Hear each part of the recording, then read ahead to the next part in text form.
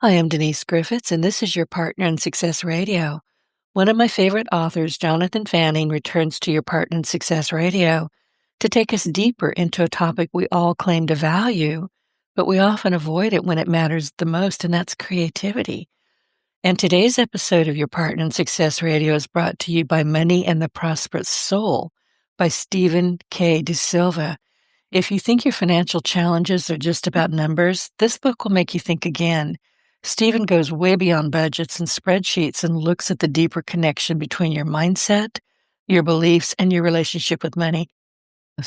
It's thoughtful, it's different, and it's the kind of book that stays with you long after you put it down. In fact, this weekend I grabbed it on Saturday morning and read it around 3:30 in the morning. I keep going back to this book. You can find Money in the Prosperous Soul on Amazon and Audible, and stay tuned. Stephen will also be joining me very soon on this podcast. Now back to my guest. In this conversation, Jonathan Fanning challenges the way we think about innovation, risk, and personal growth, from the natural creative genius that we had as children, and we all did, to the hesitation that we develop as adults. Excuse me, I'm trying not to cough on you. He breaks down why creativity feels so uncomfortable in real time, yet so impressive in hindsight. How often have you said, "Why didn't I act on that the first time I thought about it?" My hand is up in the air. Me, many times. So if you've ever felt stuck, second guessed your ideas, or hesitated to take action, this episode will challenge you to rethink how you approach creativity and courage. And if you missed our last conversation on purpose, wake up calls, and living intentionally, you can listen here on your Partner in Success Radio or wherever you consume your favorite podcasts. Good morning, Jonathan, and welcome back. Oh, and thank you for sending me your books. I have two of them. Creativity Unleashed, which is on my desk right now, and Who Are You Becoming, which I absolutely love. These books are an important addition to my entrepreneurial library. Good morning. It's so good to be with you. Thank you. I love these books. Yeah, I've shared with you and the audience, I have thousands of books in this room, and I do mean thousands. Every single book in this room, I call it my command center, is really my office. And every single book in here has been gifted to me by people like you, people who have been my podcast guests, and I appreciate them. That's great to hear. This is one of my favorite topics, Denise, because creativity, it's a lid on our lives, but little moments of creativity unleash something that I think usually we can't even imagine. I was in Florence, and I see this sign on the side of a building. It says "L'arte non è mai finita, solo abbandonata," and I had no idea what it meant. So I asked the gelato guy, shop owner on the Ponte Vecchio. I said, what is that? And I said it to him. He said, no, no, no. And he tells me how to say it. And he said, and I said it again. He said, no, no, no. And he kept correcting me until I got it right. So the expression is "L'arte non è mai finita, solo abbandonata." And I still have no I idea what it caught means. finita. I caught Yeah. that. I was listening and trying to write it down, couldn't manage it. Yeah. So I got the pronunciation down pretty well, but I have no idea what it means. No, that's not true.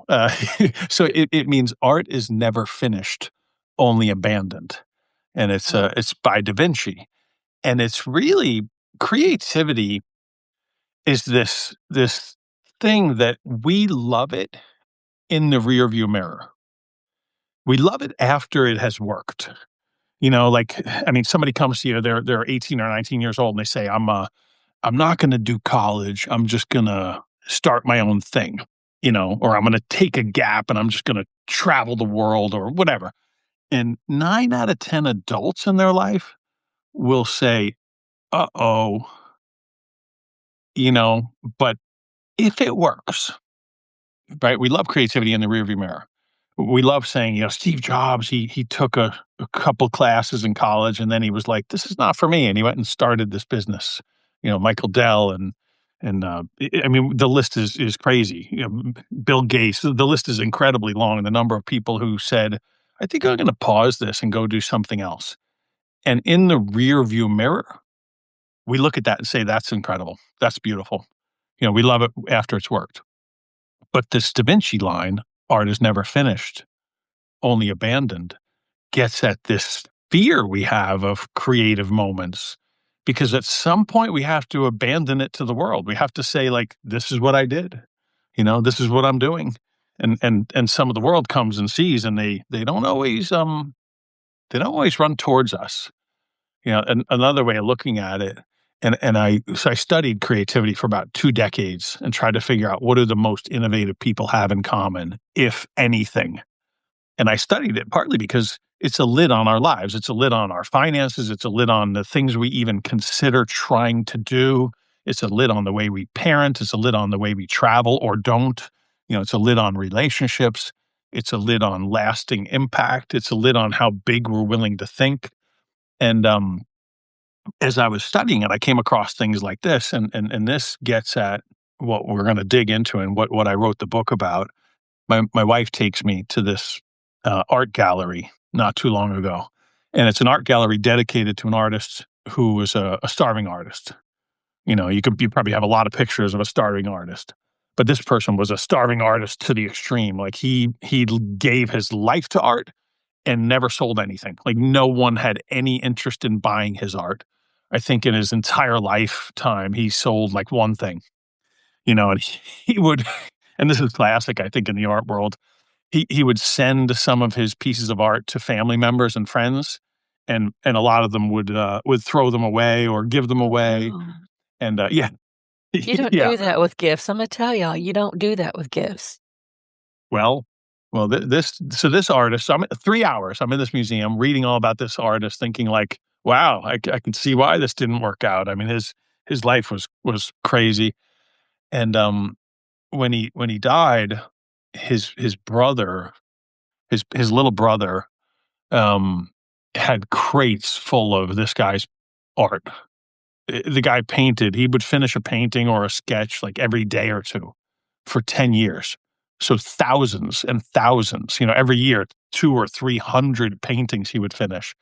And his brother has these boxes full. And his brother doesn't live long after he dies. And his brother's wife, widow, opens some of the crates, and one of the paintings she pulls out is actually, it's a series of paintings that we would know as Starry Night. Oh, you're kidding. The painter, the artist is Van Gogh, and in his Yeah. lifetime he sold one painting. I did know that. Now that you say that, I did know Yeah, that. yeah.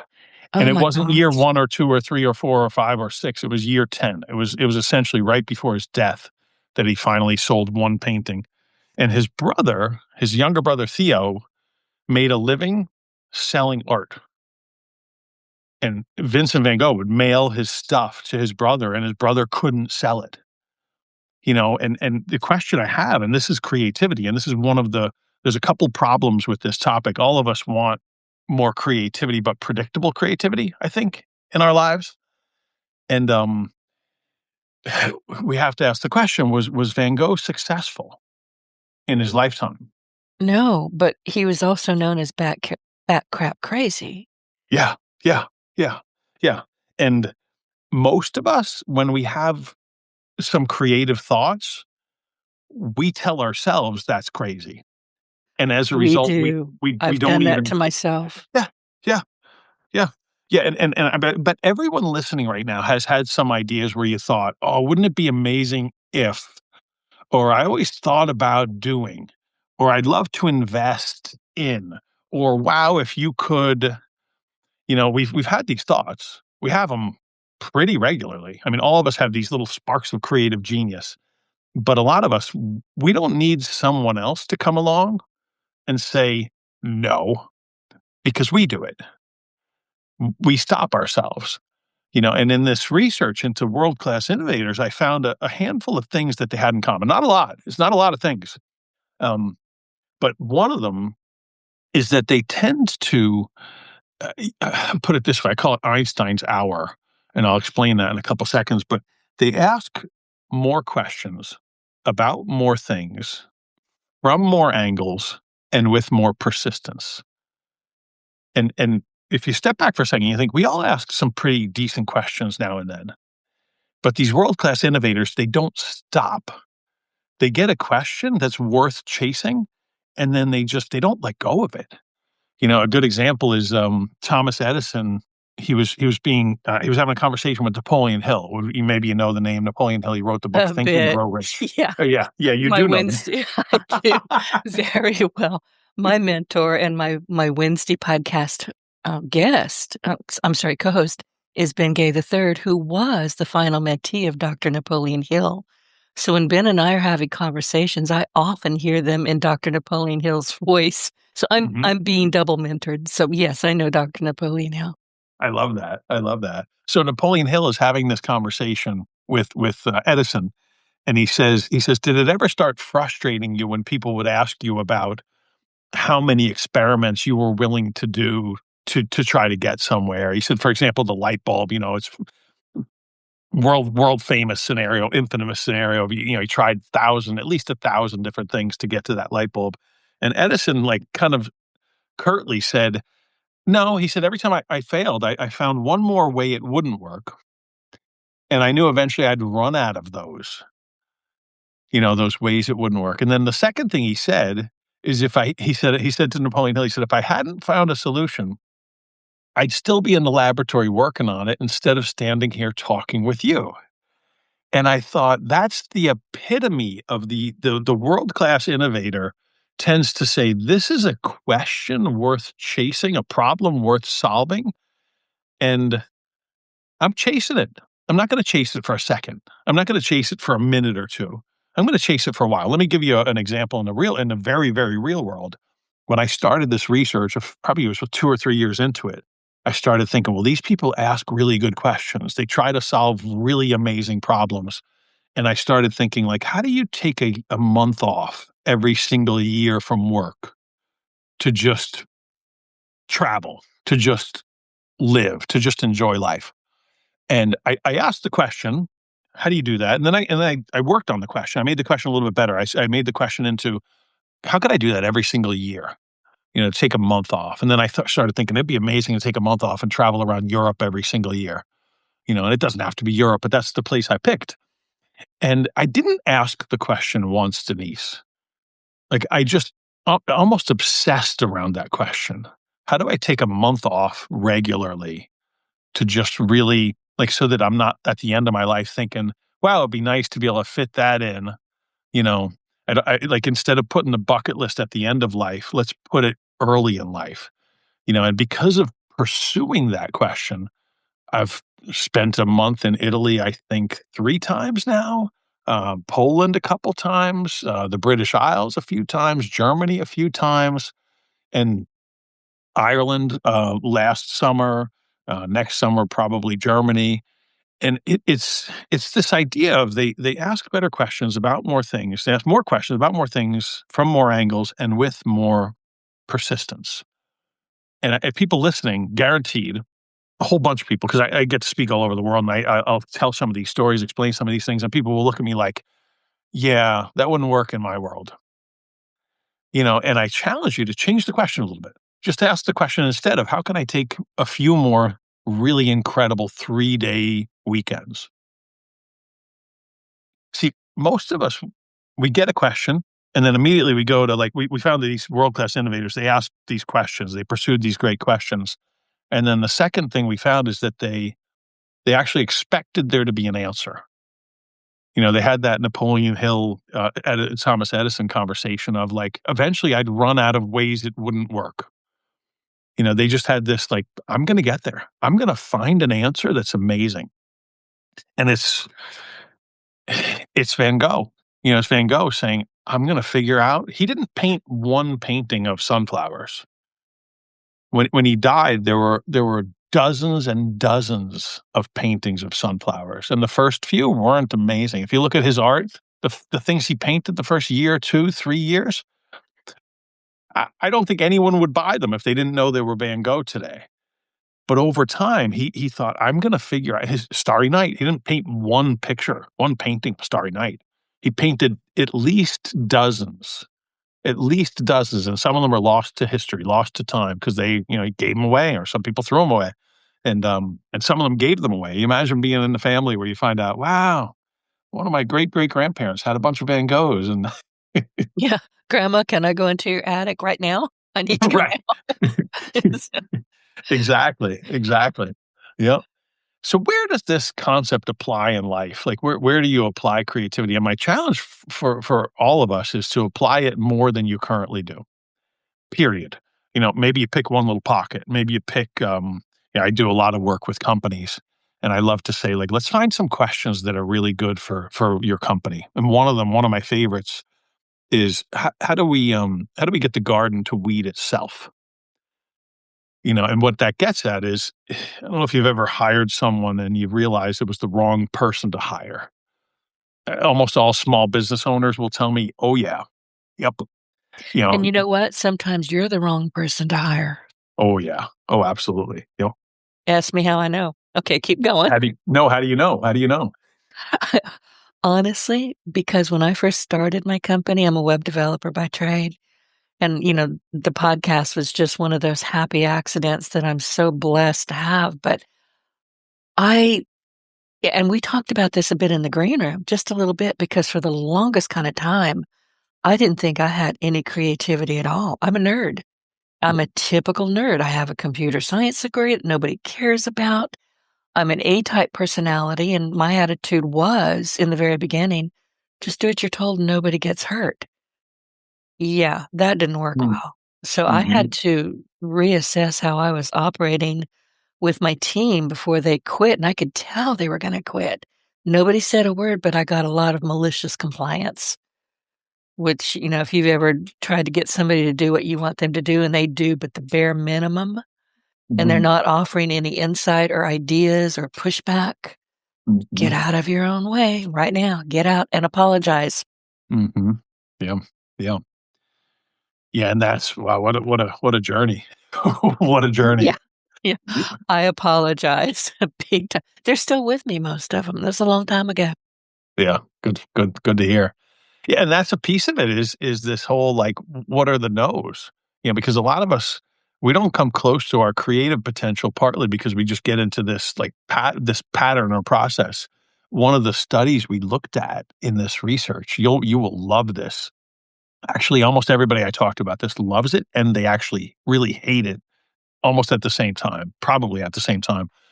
They studied George Land did the study. He was working with NASA in the '60s, late '60s, and he was helping them figure out how do we hire world-class innovators? How do we hire the most creative people who can solve problems that we've never solved before?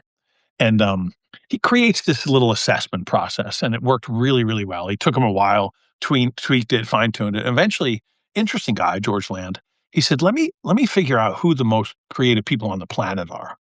And he modified his assessment for his, and he had 5-year-olds take the assessment, about almost 2,000 5-year-olds take the assessment. And he found that I don't know if you have any 5-year-olds anywhere in your life, nieces, nephews, kids, grandkids, whatever, but I've got a lot of, nieces and nephews now who are around that age, and 5-year-olds are off the charts in their creativity. On his assessment, 98% of 5-year-olds scored what he called creative genius. They're just world-class creative, 98% of them. And then George Land said, "Well, like, okay, but I don't think adults are anywhere near that. Okay, so let me follow these kids." So he followed them 5 years later, same exact kids, same exact kids. Now they're 10. Now they're in probably 4th grade, maybe 5th grade, same exact kids, though. What percentage do you think of the same exact kids scored as creative genius 5 years later? I'm going to go with none of them. School beat Mm, it out of them. mm. Yeah, so it went from 98 down to 30. That's 30 higher than I would have thought. 30% at age 10. So George Lance said, "Interesting, let me keep following them." So 5 years later, they're 15. They're in ninth grade or 10th grade. Same exact kids, though. High school, what percentage now? Went down from 98 to 30 to what? 0. Hmm, went down to 12. See, that's horrifying. Adults in the US, and he tested close to 500,000 adults in the US. Adults in the US, 2%. 2%. And George Land, at the end of the study, brilliant statement.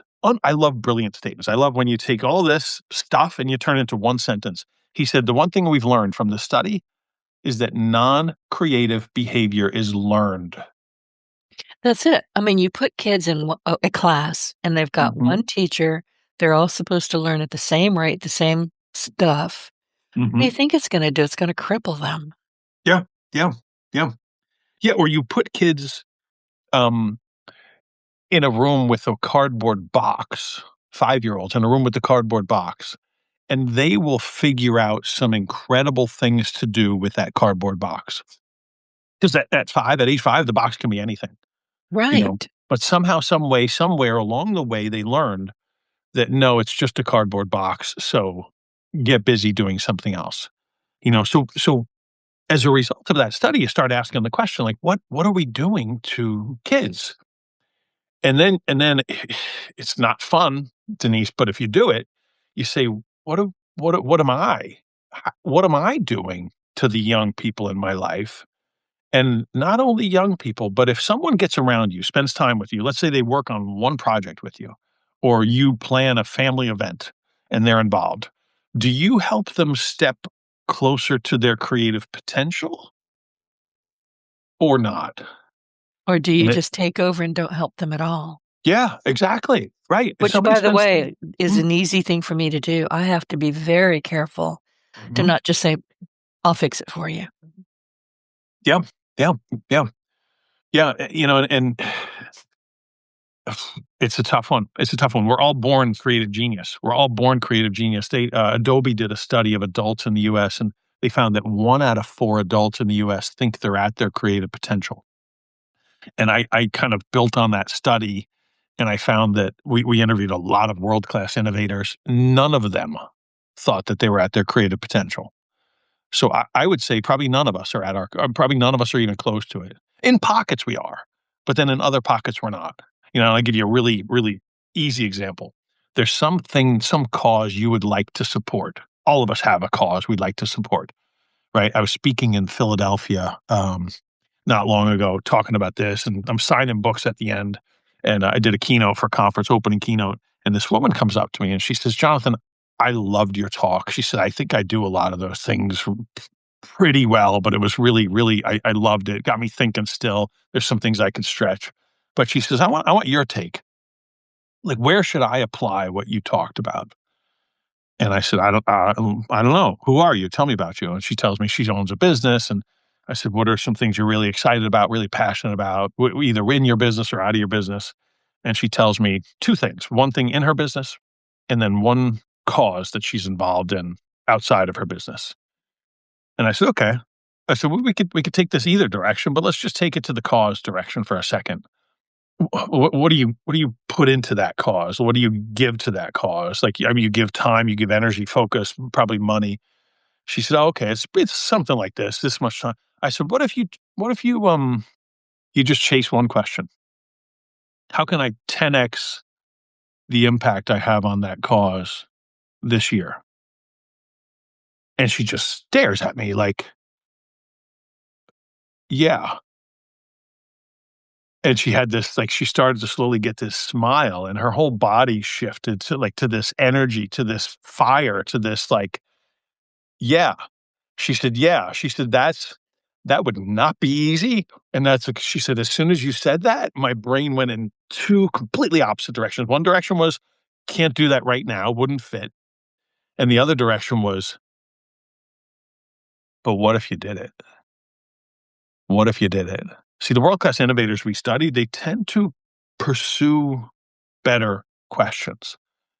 They don't just ask. Curiosity. Every time I talk with you, I write down the word curiosity. Yeah. Yeah, like Walt Disney, one of his favorite questions his entire life was 2 words, "What if?" Mhm. And he would ask it about everything. What if? What if? In our research, we found I call it the innovator's equation. I found that let me just give you the equation. It says 6 plus 4 equals what? 10. And the innovator's equation says blank plus blank equals 10. Oh. And what can go in those blanks? How many options do you have? 1 and 9, 3 and 7, minus 1 and 11, point 0.1 and 9.9. Right? The answer to the blank plus blank equals 10 is infinite. And these world-class innovators spent a little more time on that version of the equation Mhm. than the rest of us do. And then what it does is it allows you, and it's like going to the gym. Like, you can't delegate doing your push-ups, and creativity is not a we tend to kind of overestimate, like, the idea or the event, and underestimate the process. Mhm. And in the world of you stretching your creativity, it took you years to go from being 5 and being off the charts, creative genius, to being an adult and being not as creative as you could be in probably any area of your life. Me too. So to get back towards that, it's gonna take something. And it probably means you have to start looking at the world and Huh. intentionally asking a few more questions. Walt Disney would ask the question of, forget 10, blank plus blank equals 10. Forget 10. What do I actually want to create here? Like, what are the what ifs? What if my budget weren't limited the way I usually limit it? Like, what if the people that I could get involved in this project weren't just the 3 people I know? Like, what if I could find the most passionate, capable people on the planet to help me with this project? What would I dream of then? And as a result, he didn't make a 10. Like, he always said, "Okay, I'm making something bigger than 10." For 10 years, Walt Disney, it's a crazy thought, but for 10 years, he wouldn't talk about how much might it cost to build Disneyland, because he knew that put you in 6 plus 4 equals 10. He knew that put you in, how much does it cost? Okay, it's gonna cost, I don't know. Therefore, let's limit what we're trying to do. And then you just shut down. Yeah, and I do it all the time, Denise, and even though I teach the stuff, even though I research the stuff, I try to live it, and then I go, "Yeah, but what can I really get done?" And then I say, "Wait a second, like, what's the thing you would jump out of bed to chase and then go find the person?" One amazing question, really easy one to ask, hard to pursue, is, if there were no financial ramifications here, what would I consider doing? If I knew the right people would come along and wanna be involved, what kind of projects would I put on the table? Like, if I knew it was gonna work, if I knew whatever I decided to do, it was gonna work, and 100 years from now, people would know it worked, what would I consider doing? Last conversation you and I had, I asked the question of, like, 10 years from now, what will you wish you had done today? Oh, Walt so Disney. many things.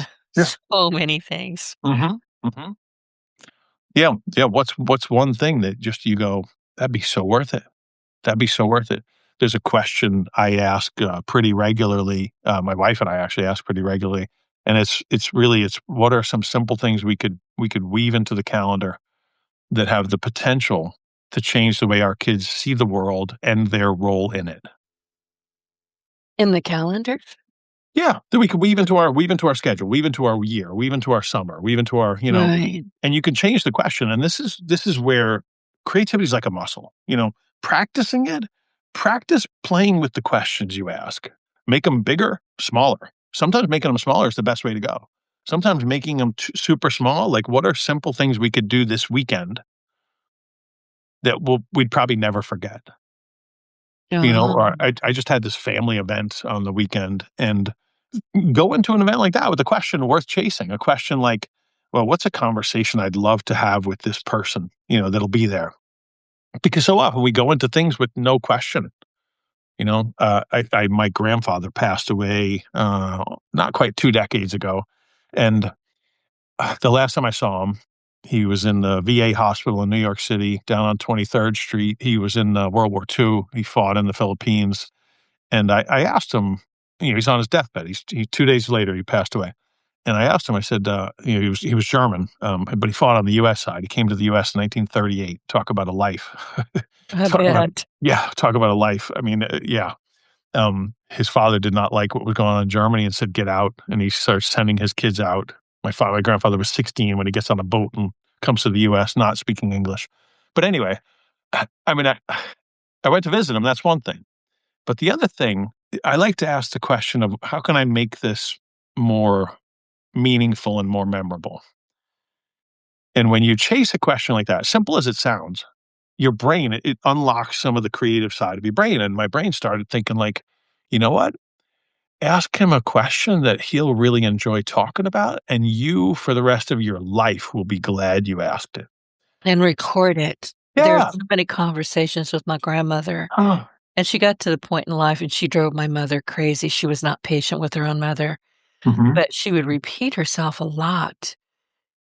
Those stories are they're seared into my brain. I just wish I had recorded them so I had her voice. Yeah. Yeah. Yep. So I asked him, I said, "Which, if you could pass if you could pass on, or if I could help you pass on just a couple things to your great-grandchildren and maybe to their children even, what would you pass on?" And he had So this they're this legacy questions. Yeah, and he had this great smile, and he said, Faith and family." He said, "Don't let stuff get in the way of those 2 things," you know? And he just, like, the peace in his mind and, like, when in his eyes when he said that, and, I've shared that with so many of my family members. I'm like, "Hey, don't let," 'cause we do, we let things get in the way. We get especially a family, we let things get in the way. You're gonna have arguments, you're gonna have stuff, you know?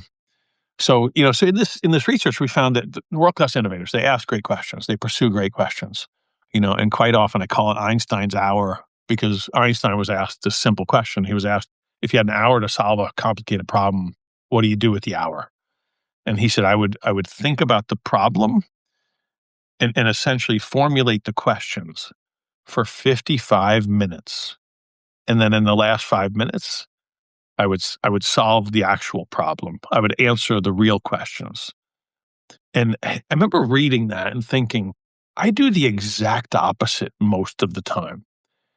Like I don't say what's the real problem? What's the real question? What's the real thing?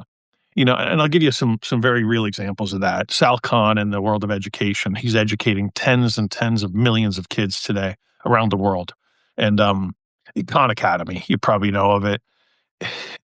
He asked a whole bunch of questions. One of them is this. He said, "How can every kid worldwide have access to the same level of education that Bill Gates' kids have access to for free?" That's a question and a half. That's a like not what should we teach this year, or how should we cover social studies this year, or how should we cover algebra this year, or which teachers are teaching algebra. And then he asked another question that I absolutely love. He didn't just ask this one, he chased it, he pursued it. He asked this question. He said, "Is the job of a teacher to teach or to facilitate learning?" And Denise, you think about it, the best teachers you've ever had in your life, and some of them were formal and some of them were a friend or a mentor, but did they see their job as just teaching or facilitating learning? Just teaching. Mm, I In my formal education, I don't believe I ever had a decent what I would think a decent educator mm, was. yeah, But I'm autodidact, so I learned to teach myself. yeah, yeah, yeah, which is there's a form of facilitating learning, really, Right. you know? And so if you translate that, and here's where I would challenge you to exercise the muscle of creativity. Play with the question. Play with the question. Is the job of a teacher to teach or facilitate learning? I'm a dad. I have 2 teenage daughters. Is the job of a parent to teach or to facilitate learning? Or you could change it. Is the job of a parent to help develop character or to facilitate the development of character? Because they're very different things. They're very different things. One of my favorite examples of that is, Michael Jordan and Kobe Bryant both played for the same coach. With the Bulls, this guy Phil, Coach Phil, and he with the Bulls every year he would get his players 12 books for Christmas, one book each, one book for each player, not the same book. Can you imagine picking the book out for Dennis Rodman? No. I have to ask, were they instructed to read it and then pass it on? I don't know that part. I know he would have conversations with them about it. Oh, okay. Um, but he spent a lot of time thinking which book would really he was basically thinking, is the job of a coach to teach or to facilitate learning? And he spent a lot of time thinking, what's the book that would really help Michael Jordan understand the next piece of his role. What's the best book for so he was basically thinking, how can I get a tool to do some of the work? Because he knew that the way we work, we almost all the time we need something else to do the teaching, right? We need something else to come. Winston Churchill put it this way. He said, I love learning, but I don't always enjoy being taught, There you go. you And know? listen, I you can't teach me a darn thing. You really Mhm. can't. I have to want to learn it. I have to want to know it. I have to be intensely curious. Yeah, The minute you yeah, tell me to do something, you're not the boss of me. I fight my yeah, own nav system. yeah. And Denise, we do a lot of work in my company with leadership teams, with CEOs and C-suite teams, and one of the questions I ask them related to this is the job of a leader to inspire or facilitate inspiration, and they're two They very s different things. but they sound like the same thing. They sound like the same thing, but let me give you an example. A father who was relatively, and he was not well off financially at all. He had a young family. His oldest daughter was 7, youngest daughter was 4, and he decides he wants to take his family on this trip that he thinks will be incredible for them. He wants to give them a gift that he can't afford, really, and he's trying to figure it out. And he finally approaches his father-in-law and asks his father-in-law to lend him money for this trip, for this gift. And father-in-law says, "Look, like, get your finances in order. Like, I'm not funding this trip." And this young father doesn't give up, right? Talk about pursuing a question.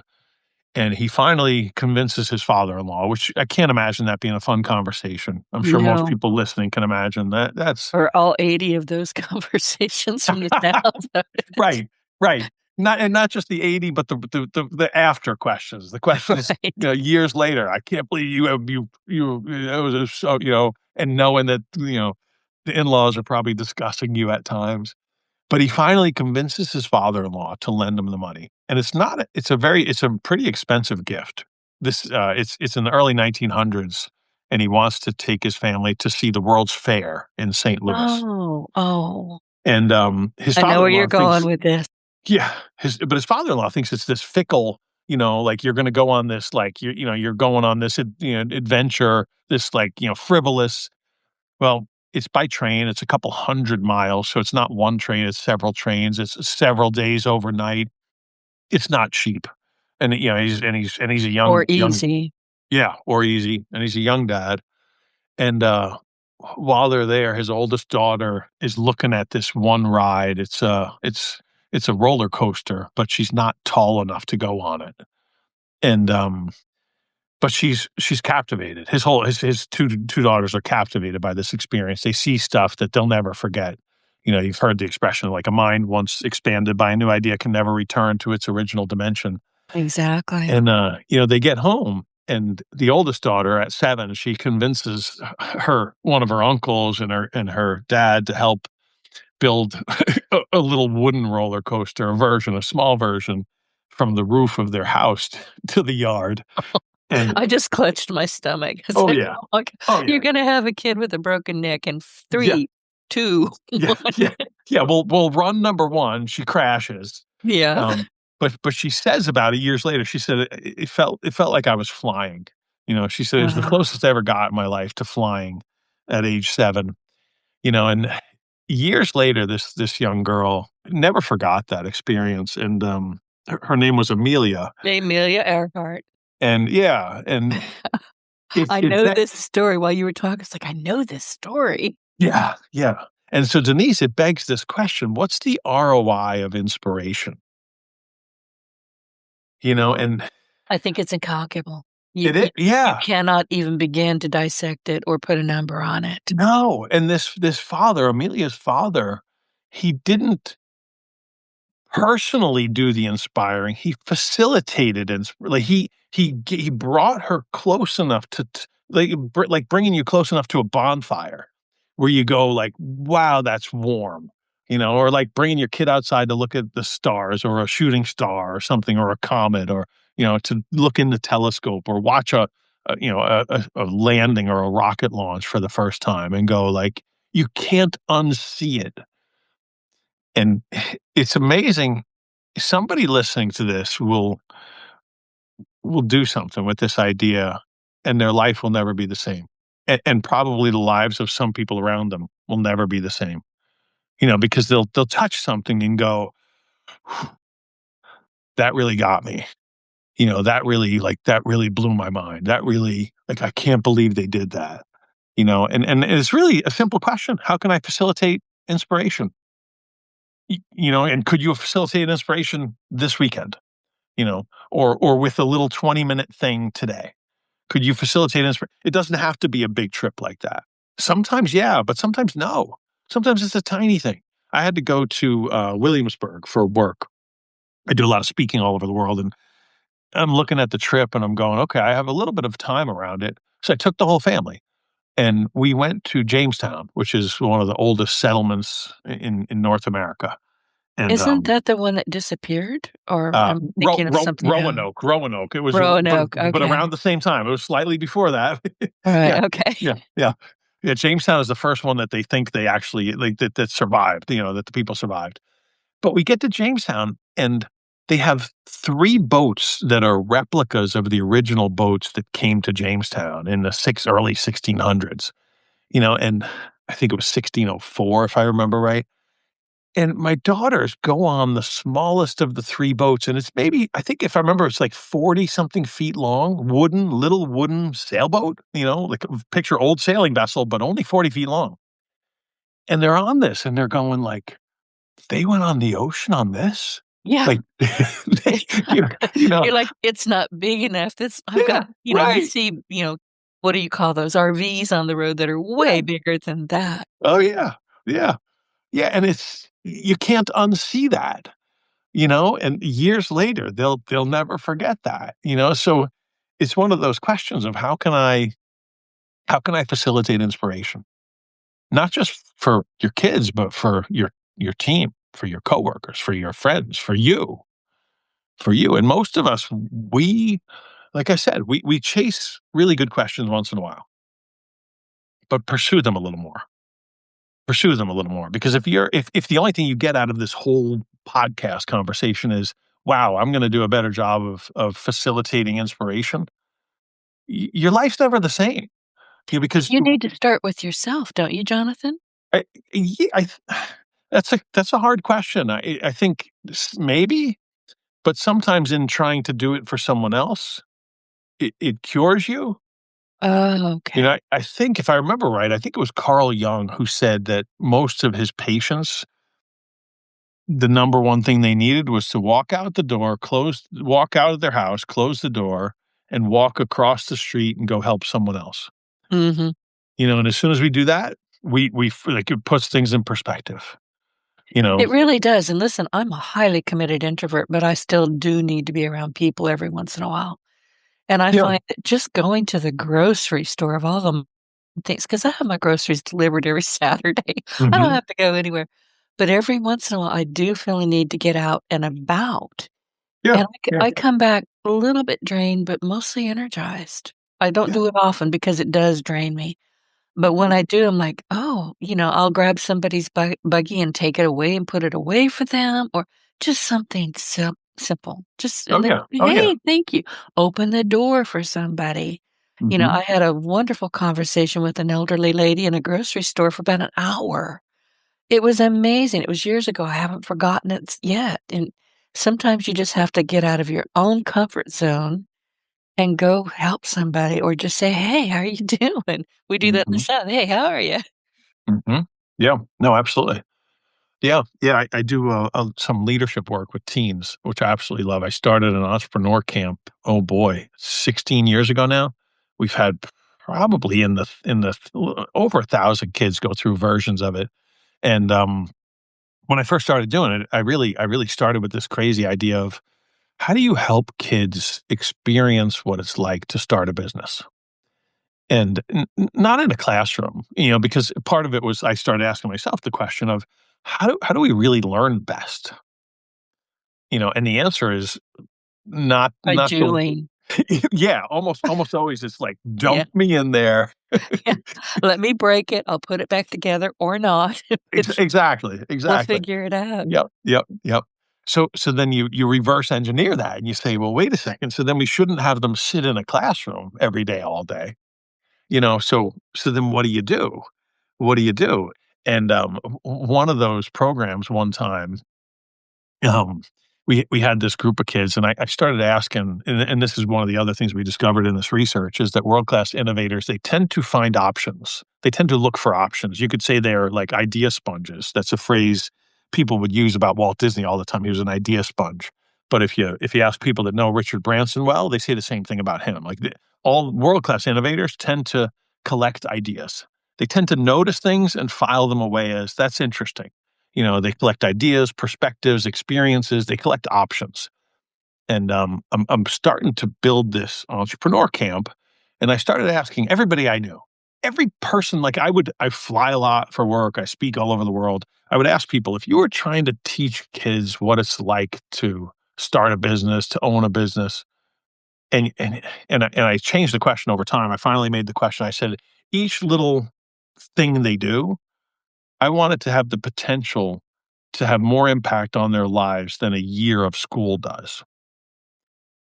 And interesting, the responses I started getting. One business owner, his name is Mike. He said, "Jonathan, you know what I do?" He said, "I just hired one of my kids to work in one of my companies." Mike owns a couple businesses. He owns a big publishing company and he owns an engineering firm. Remember the miracle on the Hudson when the plane landed in the Hudson? I do. In fact, I worked with Dave Sanderson, who was the last guy off that plane. Oh wow, wow, what a so this guy, Mike, his engineering firm analyzed the Hudson River after that to see, if there was an environmental impact or whatever. But Mike says to me, I said, "Mike, like, group of kids, trying to teach them what it's like to own a business." He said, "One of the hardest lessons I'm trying to help my son realize." He said, "I hired my son into one of my companies. My son was a VP for a big company. You know the company, big medical company, and probably everybody in listening has used some of their products." He said, "I hired my son and I had to teach him that there's no such thing when you own the business. There's no such thing as somebody else dropped the ball." Mhm. He's like, "You can't." He was, he's like, "You're a VP in marketing for this big company, but you could say, product development, you could say the finance, you could say the CFO, you could say the investors, the stock market, you could say stuff in that role." And he said, "When it's your own business, either you can afford to pay the mortgage or you can't." He said, "Either you get to eat or you don't." He said, "There's no such thing as like somebody else." And I said, "That's great, Mike. Thank you. So what would you do with these kids?" And he starts laughing. He says, "Have them do something where either they eat or they don't." I'm like, "Okay, that's good. Thanks. Anything else, Mike?" And he goes, "Yeah, yeah, yeah." He says, "Have them play checkers. Play checkers, and the winner gets Checkers? yeah." And he says, "The winner gets lunch that day, and the loser doesn't get lunch." And Oh, he's like, Lord have mer "Yeah, if you told me chess, I'd just say, "Alright, I'm going home because I yeah, can't play chess." yeah, yeah, yeah." And then he says, "No, you know what? Not checkers." He says, "Have them play." I forget what he said. It was like fox and geese. It was like a version of checkers that the kids probably never heard of. And I said, "Why that?" He said, "Because it's starting a business is like doing something you've never done. You don't really know the rules, and you gotta win." And And he's you're like, standing in the middle of a highway hoping you don't get smashed flat by a beer truck. "Yeah, yeah, yeah." And then he goes, "No, no, no. You know what? You know what you do?" He says, "You give them a project." He's like, let's say it's like Thursday morning. It was a 5-day camp at that point, summer camp at that point. We did different versions since then, but he said the first thing Thursday morning, you tell them, "Oh, look, guess what? It's amazing. We were able to line up. We're visiting a bank today, and you've been working on a business project that you wanna make happen. So you're gonna pitch at the bank your business, and we're going there at 11 a.m." And you tell him that. He's like, "You tell him that at 8:30 in the morning on Thursday." And then he says, "You just leave him alone." And he says, and then, by the way, like, only the best 2 presentations are gonna get lunch today. And I'm like, "Mike, everything has lunch in it?" He says, "Yeah, everything has to have lunch in it." He's like, "'Cause either You're you can feeding eat kids. or you." You're right. Right, They right. think with their stomachs, most Yeah, boys do yeah, anyway. yeah. And Mike says it's like, He says, "Look, like, ramen noodles is one of the most motivating forces in your life. When you're starting a business, like, can we afford a better meal?" So then he Uh-huh. says, "No, no, no. Tell him on Wednesday night." He said, "When do the camp goes till 5." He says, "Tell him at, like, 4:57. Tell him, 'Oh, totally forgot about this. We were supposed to cover this today, but you have to give a business presentation tomorrow morning, and we're gonna live stream it, and we got this group of investors.'" And he's like, "Because that's how it goes, doesn't it? You gotta do stuff in the after hours." And, I'm like, "Mike, you're something else." So, the first time we did a version of that, we didn't do it exactly the way Mike described, but world-class innovators, what I want you to see in this kind of story is that they chase a question worth chasing, and they tend to ask quite often, not just what if, but how and how else. And the Okay, say how and that the again. That's important. I want our audience to hear that. Yeah, they tend to ask what if a lot. What if I could help these kids experience something? But then they tend to ask how and how else, because they like to find options. They've generally assume that option 1 isn't that good. Probably option 2, 3, 4, still not the best. They tend to assume that you probably need option 15, 20, 30, 50 before you get at the best one. Walt Disney, when they were designing the entrance to Disneyland, he has um, this guy named Mark, one of his Imagineers designing entrances, and Mark designs this. He draws it out, sketches it in 3D, and he shows Walt, and Walt looked at it, and he's looking at the paper, and he goes, "Well, what else you have?" And Mark said, "Well, that's it for now. What do you think?" And Walt said, "It's really hard to decide between one." Yeah. And he handed him this paperback, and he walked away. And Walt was famous for doing that. And Mark said, "Oh, okay, I guess he wants more." So he came up with a few more, and he shows Walt, and Walt says, "You're making progress. Can't wait to see what else you come up with." Eventually, eventually, Mark drew 129 different entrance options. And he said, I'm in the middle of this process. I'm like 20 or 30 in, and I'm really getting frustrated with Walt." And then he said, "It finally hit me that Walt wanted to see every single idea you could possibly bring. Like, he wanted to pull all of your ideas out of you." And that's kind of this designing this little moment for this entrepreneur camp. What if, how, and how else? How else? And the first time we did it with this group of kids, we didn't do all the things or any of the things exactly the way Mike said, but it was a Thursday morning, 11 o'clock, and we said, "You can do this on your own, or you can do it in groups. What do you think?" And they're like, probably groups. All right, sounds good." We said, your project for the next 1 hour is to create revenue that you will have in your hand within an hour so that you can afford to buy your own lunch today." And they Not wanted to be in groups? they decided to do it in groups. Not all of them. Not all of See, them. I would have wanted to be left alone because to me, Mhm, going into a group right away is just chaos. mhm. But down the Yep, road, once yep. you've kind of figured out where your head is, then you can go into groups, I think. Am I wrong? Not at all. No, no. And we've done versions of this with many groups now, and a lot of them will do that. Some of them will say, I got it. I got it. I'm on my own." Um, but I'll never forget the first time we did it. One group, I think it was 5 kids all together. It's 11 o'clock, in the morning, and, like, the first 4 or 5 minutes, they're looking like, one of them pulls up the brochure for the entrepreneur camp. We called it Entrepreneur Adventure, and he's looking at it. He says, "Lunch is included." It says right there, "Lunch is included." You know? And Like and he's to and me. he's just like, "They gotta, like, are we paid to be here, they gotta buy us lunch." And I'm like, That's the way lunch is included today. The way you buy it." You know? And one of them's like, "I'm gonna call my mom, blah, blah, blah, blah, blah." Well, But yeah, I'm calling my attorney and my grandma. exactly, exactly. She's gonna But beat you up. yeah. But so this group of 5 kids, and I'm bouncing around to different groups, and actually, I remember 2 of them actually went off on their own at one point and just said, like, "I'm on my own." But this group of 5, never forget the way they did this. They're complaining for a little while, maybe 6, 8, 10 minutes, and then they finally were like, one of them said, "Lunch is $7, $10 each, maybe. I don't know. Let's say it's $10. So we need to make $50 and we have still like, 45, 50 minutes to do it. Huh. What can we do to make $50 in the next not less little less than an hour, but more than half an hour? And they started coming up with ideas. And then they did it. And then they made $50. I think it was 52 or something. And they bought lunch. And every other group did something similar that day. So then at the end we're eating lunch and then we do a little debrief, like, what'd you do? How did it work? What'd you learn? What'd you think about? And that group, one of the kids in that group was the first one to say this. He said, it was easier than I ever thought possible to create money out of like really out of thin air. And he said we dreamed way too small. Aha. And I thought, like, what a and this is like, is the job of a teacher to teach or facilitate learning, you know? It's that, like, one experience can change the way we see the world.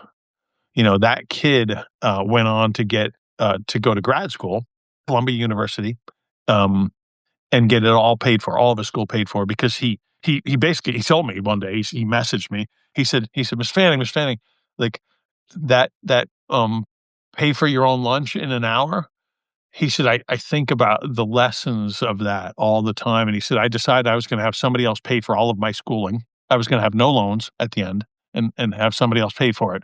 So I spent a lot of time trying to figure out that question, trying to solve Einstein, right? First 55 minutes saying, "What's the problem I'm actually trying to solve?" One of his piece of his problem was, "How do I get somebody else to pay for it? How do I not have loans when I finish school, when I finish my formal paid for learning?" Brilliant, brilliant. But it's amazing how often we chase, we do that 6 plus 4 instead of the blank plus blank equals. What Yeah, do you like actually you want? said, you're putting Mm, a lid on it. And while you were talking, you said you're dreaming too small. I wrote down dream, creativity, and imagine. I think mhm. so many of us fail when it comes to imagination Yeah, yeah. Oh, we definitely because do. we don't know how to use it. I mean, to No. me, it's free, it's out there. My imagination, I think, is one of my strongest attributes, and Yeah. I'm in it all the time. I mean, think about Tesla. Mhm. You know, not Tesla the car. I mean, not Elon Musk, although he is brilliant, but look at the things that Tesla came up, and those came strictly out of his imagination as far as I could Mhm. tell. Mhm. Yeah. Yeah, before 1900, he was testing transmitting electricity through the airwaves, and, he ended up going out to Colorado to do it, and he shut down the power plants for several, towns around him because he's testing this process of, can you transmit electricity through the airwaves? And the answer is yes. And he would light up a light bulb, I think, in the 20 something miles away, 27, I think it was, miles away with no wires. And then he started running experiments in New York on Long Island, built a laboratory there, and, not everybody liked it. Because yeah, because You on a think? yeah, they're like, "What is this guy doing?" JP Morgan was, his biggest investor at the time, and at one point, they had this conversation. Basically, Morgan said, "If electricity is running through the airwaves, think about recharging an electric car. You wouldn't have to plug it in, you'd just be getting your electricity as you go, right?" And, Morgan says, "If electricity is running that way, where do we put the meters? How do we meter it?" And Tesla Yeah, said, "Oh, where's the we money? won't." Yeah, yeah, and Tesla said, "No, we won't put meters, it'll just be free, it'll be free electricity." And this is why he And died and broke. Morgan's like, "I will fund someone else with their projects." Right. I You know? can't remember, Jonathan, it was you and I that discussed this, or if I found it in your book, but we're talking about Einstein. Mhm, And, Einstein, as you famously said, had so many different starts and stops with the light bulb. And I was reading somewhere that he basically finally figured out that the filament worked with carbonized cotton thread, and then later carbonized bamboo. And I mhm. don't think that's something we actively know about because it just isn't really talked about. But he didn't stop until he figured out what was going to work. Yeah, yeah. Yeah, and most of us do it the opposite. Most of us, we hit 2 roadblocks, and it gets at this whole you gotta have something worth chasing. Like, people ask me a lot, "Jonathan, if I want more creativity in my life, what's the number one thing I could do?" And I would say the number one thing you could do is get something that bothers you enough that it's worth you just chasing it. You're It not okay. itches, you can't stop. Yeah, yeah, yeah, it's like I read the other day, like, a vocation is something that you can't not do, and I thought that's the perfect example. That's the perfect phrase. Like, see if look at something that you can't not do. You're not okay with it just being okay. You see it and you're like, that could be better. There's something there, you know? And it could be anywhere in your life. It could be just one relationship you have, and you say like, "Okay, I'm not okay with this being what it is. I'm gonna make it better. I don't care." Or maybe it's travel. Maybe you wanna travel more, and you say, "How do I travel more?" One of my travel question, I started shifting that question eventually. I said, "How do I get somebody else to pay for it?" Like, how do I do these adventures? And honestly, I love 2-week trips more than I love 4-week trips for the most part. Um, 2.5, 20 days, 18 days. So I think this question, and I have had the chance to travel where a company pays for it, and like my daughters will get involved in my business sometimes and we'll say, why don't we market, you know, projects in the Caribbean? And we'll see. Let's see if we can get a 2-week trip to the Caribbean paid for. You know, why not? Why not? And but we tend to just not have something that we're crazy enough about.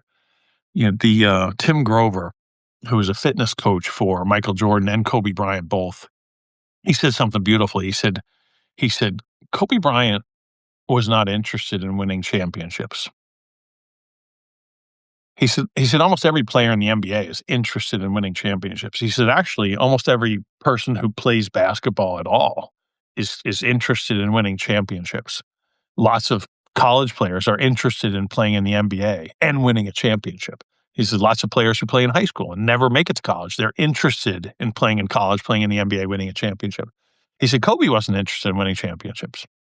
Kobe was obsessed with winning championships. Oh, that's the difference. And, you know, and one of the things we do with that language is we go, "Well, I'm not supposed to be obsessed with something." Well, I don't know. Why not? Are you supposed to be obsessed with being a better friend tomorrow than you are today? Maybe Right. yes. With being more patient tomorrow or more focused or more inspired tomorrow than you are today. Because the things you're obsessed about, you go make them happen. We tend to go make them happen. Like you get a problem that you say that I'm not going to sleep until I solve that problem. You go make it happen. I was one of the beautiful things we discovered in this research is a guy named Muhammad Yunus. I don't know if you know the name. Um, he won the No, Nobel I don't. Prize. He won the Nobel Prize. I think it was 2006. But he saw something, and this is where creativity becomes so real. He saw something. He was teaching economics in Bangladesh, and he's going to lunch one day from the university, and he's going to get lunch, and he notices that there's a there's a good amount of people that are very poor on his walk between the university and where he was going to get lunch in this cafe. And he did something different. He did something very few people do. He stopped and talked with them. He did. Mother Teresa put it this way. She said, "It's become fashionable to talk about the poor. Unfortunately, it's not become fashionable to talk with the poor." And Muhammad Yunus stopped and he started talking with some of these people. And he finds out, like one woman, one of the first people he talked to was this woman named Sophia, and she's making a wicker chair. And he's talking with her, and he ended up talking with her more than once, more than one of his lunch breaks. And he finds out over time that she makes these wicker chairs. She has somebody who brings her the wicker, and he buys the chairs from her. But the deal is she has to make it for him. She can't sell it to anyone else. And the numbers are terrible for her. They're good How for did him, he but lock her into that? because she couldn't afford wicker. She couldn't Oh, afford to buy her own wicker. Like she was like no completely impoverished. And he finally, and this is where talking with, right? Talking with, he he looks at her and he says, "So how much does it cost to buy the wicker to make one chair?" And she said at the time it was something like 27 cents in the US, nothing. nothing. Bangladesh was one of the poorest countries in the world at that time. And he said, I could give you 27 cents. And she said, that's very kind, but But how would she get the wicker? well, How would it well, arrive? yeah, well, she can figure that out, but she tells mom and Eunice, she says, I don't really want you to give me the 27 cents, but I'll pay you back. Oh, And he thinks like, how could I not do this? And this took place over the course of a few months where he talked to more people like her. And he ends up having, I think it was 40 something people, and it was less than $30 that they needed. And there were similar stories to this woman, Sophia. He lends her 27 cents, in today's money. And she makes her own chair and she works her way out of poverty. And she makes enough profit on that first chair to buy wicker around two and pays him back. Doesn't pay him back all at once, pays him back a couple cents every week. And Muhammad Yunus says, wow, I wonder if we could do this at a bigger level. And he ends up lending money to about 40 people and they all pay him back. But he's like, it doesn't matter if they pay me back or not, but they wanted to. So then Yunus goes I and think he it approaches. mattered to them because of Right. their pride. Yes, yes. So he goes and he talks to some banks, and he figures this is a no-brainer. He said, "I'm gonna talk to a bank, and they'll do it." And the first bank he talks to, they said, "You're crazy." They said, like, "They're not gonna do the paperwork. They don't have bank accounts. We like kind of direct deposit. Like, they have no collateral. It wouldn't be worth it. What's the interest rate?" And he said, "Well, you'd be helping them get out of poverty forever. Right. I don't know what the interest rate is, but you'd be changing lives." And they all basically told him he was nuts. So there's a lot to this story, but today they lend out his bank, Grameen Bank, lends out billions of dollars every year. And they have the highest repayment rate of any big bank in the world, 98% repayment rate. But they do everything differently from what a normal bank would do. Like, for example, they put you into a group, and he said, I had to solve all these problems. He said, actually, the biggest advantage I had doing this was that I had no background in banking. So I didn't have any of the rules that they had in their heads. And Like, that's so important because he didn't ooh, have to abide by what they had. He yeah, had to create something very new mm, and yeah, workable. yeah. But what do you and I do with that, right? Because like we don't know it always. We're not conscious of it always, but we have rules around floating around in our heads that say, well, you're this age. This is your background. This is your resume. This is your current bank account. This is your current profession, right? These are the people you interact with. We have our own set of some true, but a lot of them made up rules. Yeah, self-bias. Yeah, yeah, yeah. Yeah. But Eunice, I love his story because he started today. His mission is how do we end poverty globally? How do we end poverty globally within 3 decades? Within 3 decades.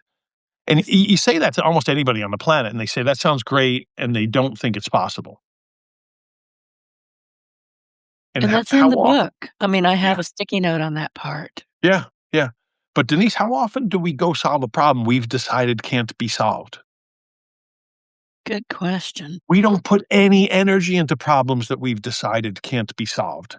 But Muhammad Yunus, and he's a beautiful example of how to put this into practice. He didn't start with how do we end poverty globally? He started with this tiny question of how do I help that one person? How do I do for one person what I wish I could do for everyone? And then he said, how do I make it so that I can do it for two? And he fed this belief. And most of us, our challenge in being more creative is really two steps. It's one, get a problem worth chasing that bothers you enough that it's worth chasing. And then find little ways to build belief that you can affect that. And that's what Eunice did when he helped that one woman, and then a second person, then a third, then 10, then 15. And then he said, I wonder if it could work, without me being involved. And then he decided that the bank wouldn't be owned by him. He would have no share, no stock, no ownership, not even a title in it. And eventually he said, we run these banks all over the world, branches of Grameen Bank, and they're all, they build them under, they call it BOT, build, operate, transfer. They help launch it.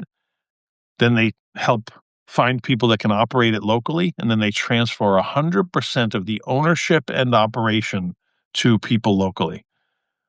And So they're facilitating, they're not owning.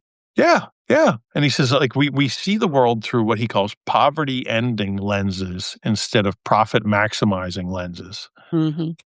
It's a very different lens. Very It different lens. is. Yeah. And Jonathan, we are out of time. Mm. And that breaks my heart because I've got so much that I want to hear you talk about with this book, which leads me to my next comment. You've got to come back. There's way too much in this book to not share. So will Sounds you good. come back later in the year? Oh, I would love to. Yeah, Okay, absolutely. great. You see, I asked you on the radio, so you couldn't tell me no. It's a That little was good. tricky. That was good. Yeah, How can I facilitate a yes is Denise's question. and I just Very did creative. it. Well, listen, thank you, Jonathan, for being here to get today. And before we are going to run out of time, and I don't want to lose you if it cuts off. If someone can take just one thing from this conversation, what would you like it to be? Oh, wow. I'd love it to be this. Pick one thing in your world and affect it. Pick one thing in your world and affect it. There's an amazing poem I love by Javen, and it goes like this: We're born into the world like a blank canvas. Each person that crosses our path picks up a brush and makes their mark upon our surface. So it is that we develop. But there comes a time when we have to pick up the brush and finish the work, because only we can determine if we're just to be another painting or a masterpiece. And that'd be my challenge. Pick one thing and affect it, and affect it. I love that. And I'm everybody listen, get both of his books, but Creativity Unleashed, 5 Habits of World-Class Innovators. It's an amazing book. I have one particular shelf that's right next to my desk. These are the books that I go to again and again and again. And honestly, I can tell you, all I have to do is flip through it and it's going to land on something that I really needed to know that day. Grab these books. So Jonathan, where can people connect with you? Where do you want them to is it LinkedIn or your website? And, where can people find you and your books? Sure, jonathanfanning.com is probably the best starting point, because we put a lot of stuff on there that feeds people. We get to travel all over the world, and we put little video clips, and we'll do challenges related to all the stuff that we work on. My books, yeah, you can find them there. Amazon is another good place.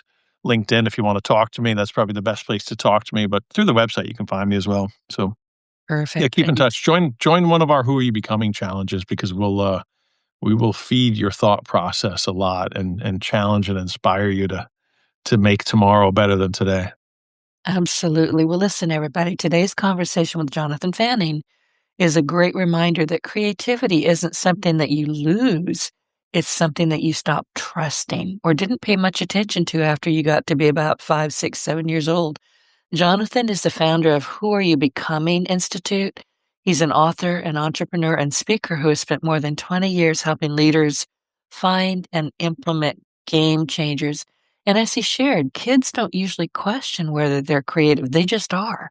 But somewhere along the way, adults, been there, done it, we start hesitating, overthinking, and waiting for that right moment that never really shows up because you just ran over it with a truck. It's over.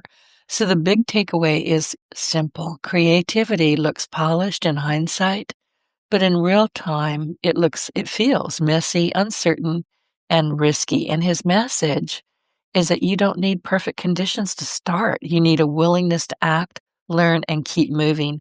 And as he just mentioned, you can find him at jonathanfanning.com. And I think you can find him on YouTube and definitely LinkedIn. Jonathan, thank you so much. Denise, thank you for what you do. Appreciate it. Keep it up. I will. See you again. Get your voice heard. If you would like to launch your own far-reaching podcast, contact Denise Griffitts at yourofficeontheweb.com and go to the podcast tab.